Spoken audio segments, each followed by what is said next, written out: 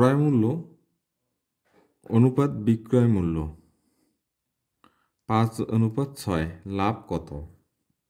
অথবা এই অঙ্কটা আরও এইভাবে আসতে পারে, ক্রয় মূল্য বিক্রয় মূল্যের 6/5 অংশ হলে শতকরা কত লাভ হবে। তোমরা এখানে একটা টেকনিকে এই অঙ্কটা করতে পারো খুব সহজেই।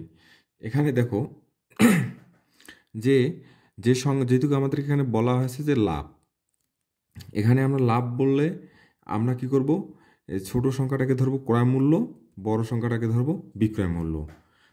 এভাবেই ধরলে আমরা তাড়াতাড়ি করতে পারবো, কারণ আমাদের লাভ হয়েছে। তাহলে এখানে বিক্রয় মূল্য কত টাকা? 6 টাকা। এবং ক্রয় মূল্য কত টাকা? 5 টাকা। তাহলে 1 টাকা কি হয়? লাভ।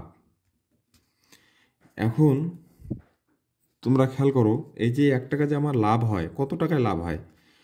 ক্রয় মূল্য কত টাকা? 5 টাকায়। তাহলে আমরা লিখতে পারি 5 টাকায়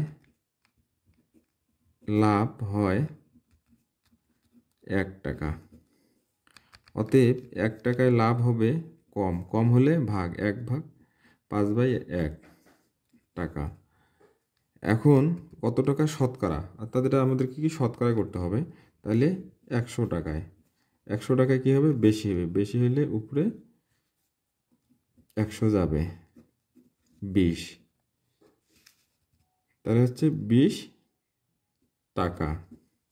উত্তর লেখার সময় আমরা লিখব উত্তর, যেহেতু পার্সেন্টেজে অঙ্ক দেওয়া আছে, উত্তর লাভ 20%।